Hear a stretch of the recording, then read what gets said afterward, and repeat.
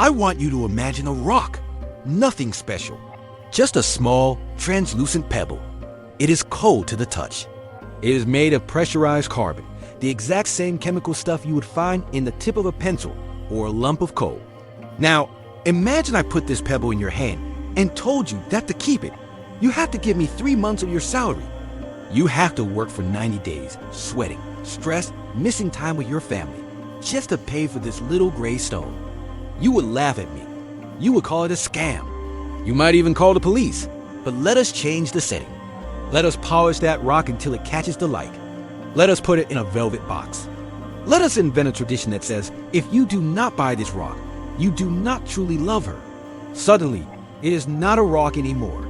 It is an engagement ring. And suddenly, that 3-month salary does not feel like a scam. It feels like duty. Welcome to the greatest magic trick in the history of capitalism. And like all great magic tricks, once you see how it is done, it stops working. We often think that things are expensive because they are rare. Gold is expensive because there isn't much of it. Real estate in Manhattan is expensive because they aren't making any more land. But diamonds? Diamonds are the exception. Economists have a name for this glitch in the human brain. They call it a Veblen Good. It is a strange paradox where the high price is the feature. We do not want it despite the cost. We want it because of the cost. The pain of paying for it is the only proof that it matters. Remove the pain and the meaning collapses. If a diamond ring costs $5, nobody would use it to propose. It would be costume jewelry. It would be trash. The value lies entirely in the sacrifice you make to get it. But here is the secret that the jewelry industry has spent billions of dollars trying to hide from you. Diamonds are not rare. They are not an investment. And historically speaking, they are almost worthless. So, how did we get here? How did a common crystal become the universal symbol of eternal love? To answer that, we have to go back to the late 19th century, to the dusty, heat-soaked mines of South Africa, and to a man named Cecil Rhodes. What Rhodes built here would not just change diamonds. It would quietly rewrite how modern luxury works. Cecil Rhodes did not look at a diamond and see beauty. He did not see romance. He looked at the massive new mines discovered in Kimberley, and he saw a terrifying problem. There were too many diamonds. The market was about to be flooded. The price was about to crash to zero. The illusion of scarcity was about to be shattered. Most businessmen would have panicked. Rhodes did not. He realized that if he wanted to save the diamond, he had to kill the free market. He had to build a dam to hold back the flood. He founded a company called De Beers, but De Beers was not really a company. It was an empire, a cartel. By the turn of the 20th century, this single entity controlled 90% of the world's rough diamonds. Think about that power. It is as if one company owned 90% of all the oil or all the water. They controlled exactly how many stones entered the world. If they found too many, they locked them in vaults in London, leaving them to gather dust in the dark, just to keep the prices artificially high on the street.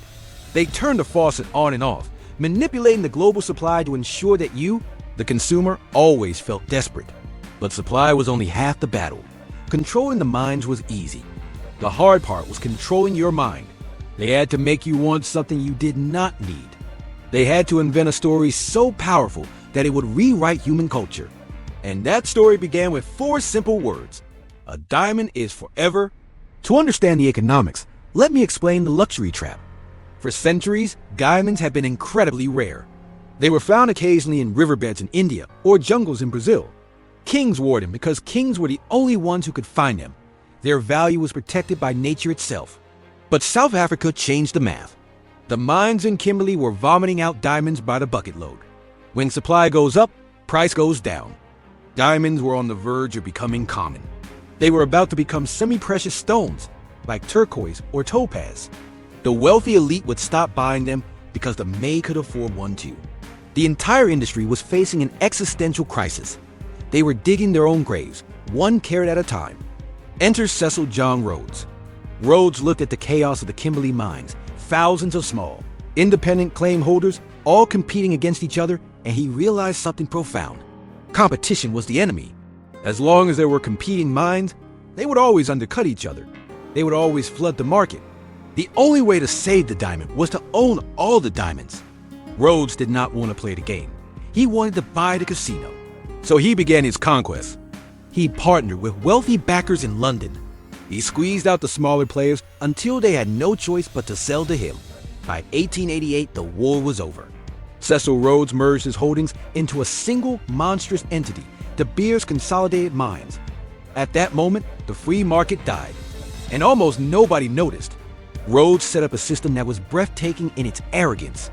He understood that diamonds have no intrinsic value. You cannot eat them. You cannot drive them. Their value is purely psychological. It relies entirely on the illusion that they are hard to get. So De Beers built massive vaults in London. When the economy was booming, De Beers would open the vault doors. But when the economy slowed down, they shut the doors. They stockpiled millions of carats in the dark. They refused to sell. By withholding supply, they created an artificial scarcity. Rhodes effectively told the world, "These stones are rare because I say they are rare." And the world believed him. But there was a flaw in the plan. You can control the supply, but you cannot control the buyers. By 1938, the Great Depression had crushed the global economy. Nobody cared about shiny rocks. To the average American man, a diamond was a waste of money. It was old money junk. De Beers was bleeding. They realized that controlling the supply was not enough. They needed to manufacture demand. They hired an ad agency in New York called N.W. Ayer. And N.W. Ayer did not treat this as a marketing campaign. They treated it as psychological warfare. One internal memo read, "We are dealing with a problem of mass psychology.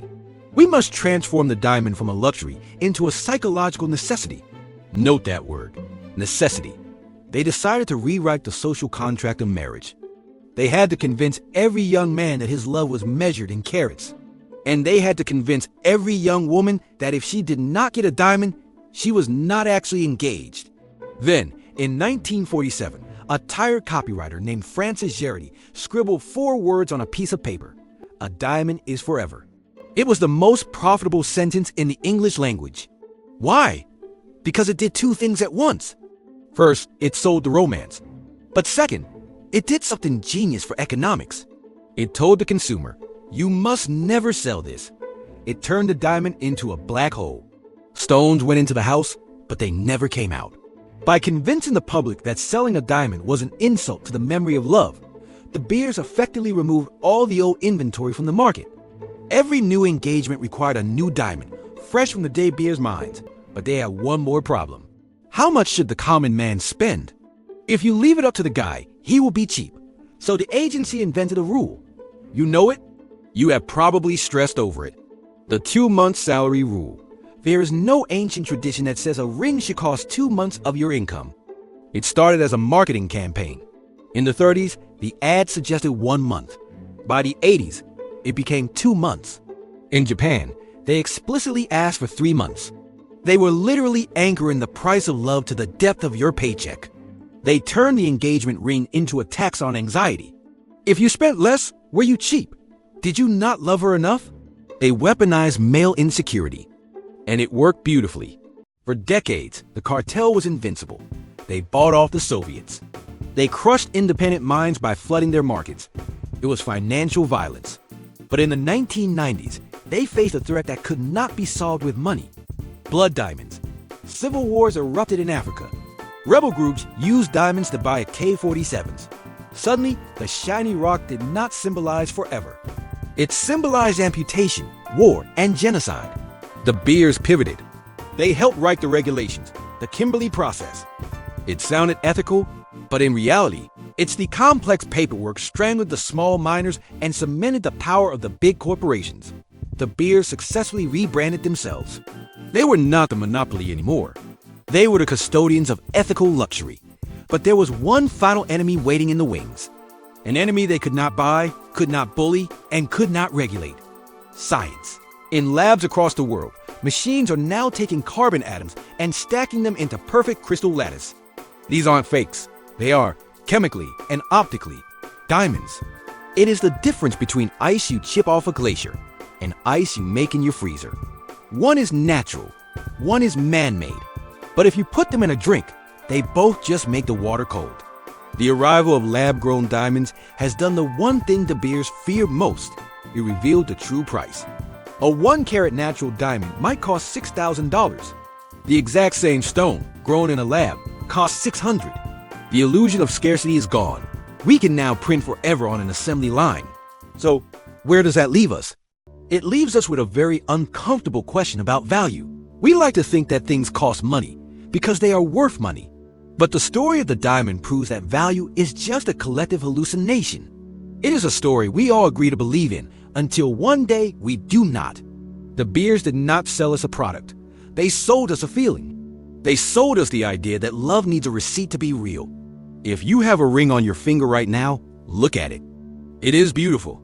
It sparkles. But ask yourself, is it sparkling because it is rare? Or is it sparkling because a genius marketing agency in 1938 told your grandmother that it should? You did not buy a gemstone. You bought a subscription to the greatest marketing campaign in human history. Forever was never the diamond. Forever was the story. And once you see the story, you can never unsee it. If this changed how you see value, you know where to find us. Don't buy the hype. See you in the next one.